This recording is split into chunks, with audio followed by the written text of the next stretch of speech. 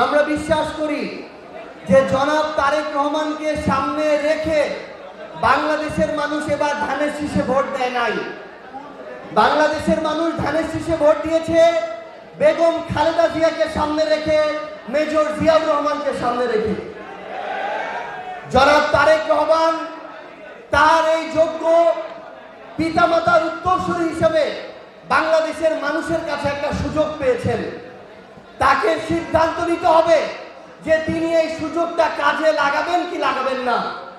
কিন্তু আমরা যখন দেখি যে আওয়ামী লীগের সময়ে যেভাবে বিভিন্নভাবে মিডিয়া দখল করা হতো, তার সময় একই কায়দায় মিডিয়ার গুরুত্বপূর্ণ জায়গাগুলোতে কোনো ধরনের অভিজ্ঞতা না থাকা সত্ত্বেও তার দলীয় নেতাকর্মীদের দ্বারা নিয়ন্ত্রণ করা হয়, তখন আমরা আগের যে বাংলাদেশ ছিল সেই বাংলাদেশের লক্ষণ আবারও দেখতে পাই। আমরা আমাদের জায়গায় দেখি নাসির ভাইয়ের যে কথাটা বলার কথা ছিল, 24-এর অভ্যুত্থানের আগে বাংলাদেশে চাঁদাবাজি হতো, এখন বাংলাদেশে চাঁদাবাজি হয় কিনা? চাঁদাবাজি হয় কিনা? ক্ষমতার অপব্যবহার হয় কিনা? থানায় থানায় টাকা নেওয়া হয় কিনা? জমি দখল হয় কিনা?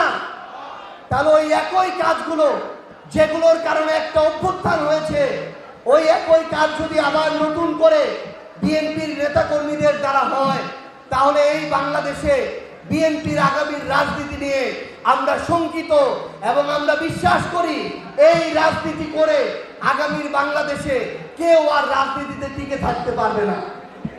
আমরা স্পষ্টভাবে কয়েকটা কথা বলতে চাই। এই প্রশ্নের উত্তরগুলো আপনাদের দিতে হবে, কারণ তারা বলে, বিএনপি বলে আমরা শুধু নাকি বিরোধিতা করার জন্য এই কথাগুলো বলি, কিন্তু বাংলাদেশের মানুষের আকাঙ্ক্ষাটা তাদের কান পর্যন্ত যাওয়া দরকার। আপনাদের সবাইকে এগুলোর উত্তর দিতে হবে। আমরা কি বাংলাদেশের সীমান্তে আর হত্যাকাণ্ড চাই? আমরা কি চাঁদাবাজি চাই? আমরা কি অন্য দেশের দাদাগিরি চাই?